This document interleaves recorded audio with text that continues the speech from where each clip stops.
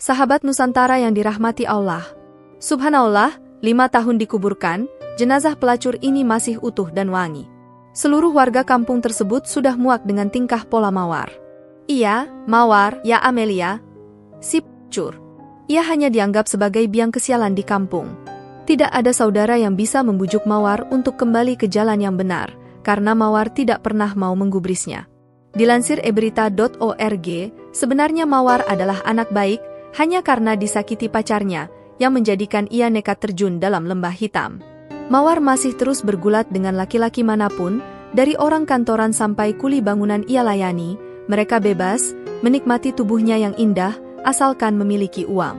Seorang kawannya menunjukkan jalan terbaik, melampiaskan dendam Mawar pada laki-laki, pada keadaan yang kejam terhadapnya. Hari-harinya dilalui dalam pelukan laki-laki yang berbeda-beda, silih berganti. Bertahun sudah waktu berlalu, Mawar terjangkit penyakit kronis. Tidak ada seorang pun kawan, saudara, atau tetangga desa yang peduli padanya, apalagi menengok, melihat sakitnya. Bahkan ketika meninggal pun dianggap biasa saja, layaknya kematian binatang. Mawar tidak dikuburkan dengan layak, orang kampungnya memang termasuk kolot, jasadnya saja tidak boleh dikuburkan di pemakaman desa. Terkuburlah Mawar sang pelacur pada suatu tempat di tanah kosong. Dia dikuburkan ala kadarnya oleh seorang teman dekat, sesama pelacur. Dian meratapi kematian Mawar seorang diri.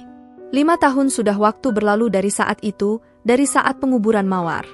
Tidak ada seorang pun yang mengenang Mawar.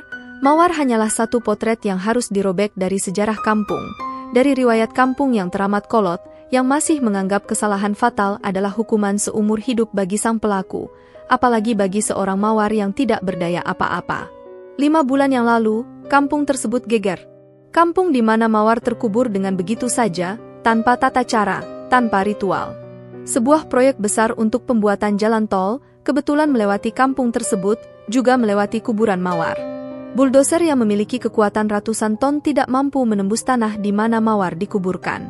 Berkali-kali moncong bulldozer diarahkan, berkali-kali pula orang terkesima karena tanah itu bagaikan batu karang yang teramat kokoh, tidak tersentuh sama sekali. Namun saat digali dengan cangkul petani biasa, tanah itu begitu mudah dikeruk, seakan tidak pernah terjadi keanehan apa-apa.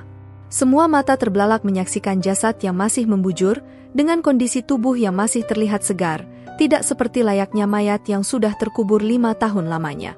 Bau harum semerbak tercium dari jasad itu, harum yang lain dari parfum manapun, harum yang belum pernah ada sebelumnya di bumi, harum yang keluar dari jasad seorang Mawar yang sudah terkubur 5 tahun lamanya. Teman saya yang kebetulan sebagai mandor di situ, ikut kaget dan bingung juga semua warga gempar. Oleh penduduk, dilacaklah keberadaan si jasad tersebut, dari teman almarhum Mawar yang masih menjalankan profesinya sebagai pelacur.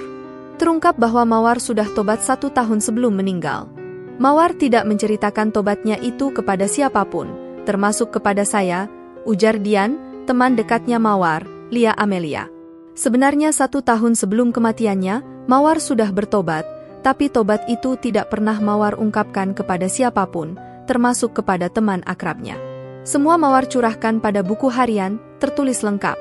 Mawar berusaha menjalankan semua perintahnya, dari yang wajib dan yang sunnah, bahkan semua yang sunnah dia kerjakan. Mawar menjalankannya dengan ikhlas, buku harian itu saksi utama, semua ratapan dan jerit penyesalan seorang Mawar, seorang pelacur yang bertobat dengan diam-diam. Semua mata berkaca-kaca, terlihat begitu sedih, dengan rombongan penyesalan yang jelas tergambar. Hari itu, pemakaman Mawar, pemakaman kembali seorang bekas pelacur yang pernah terhina begitu rupa. Setelah terkubur selama 5 tahun, Mawar dimakamkan kembali dengan layar, dimakamkan selayaknya pemakaman seorang manusia biasa. Diiringi doa-doa dan ratap penyesalan dari saudara dan warga kampungnya. Kisah ini merupakan sebuah cerminan nyata tentang betapa pentingnya berpikir positif terhadap sesama. Kita selalu berjalan di lorong tak pasti kehidupan, dan hari esok adalah misteri yang terbungkus rapi. Kita mungkin berdiri di puncak kebaikan hari ini, namun tak ada yang tahu apakah di ujung perjalanan kita akan berjalan di jalan yang benar atau lebih buruk dari sebelumnya.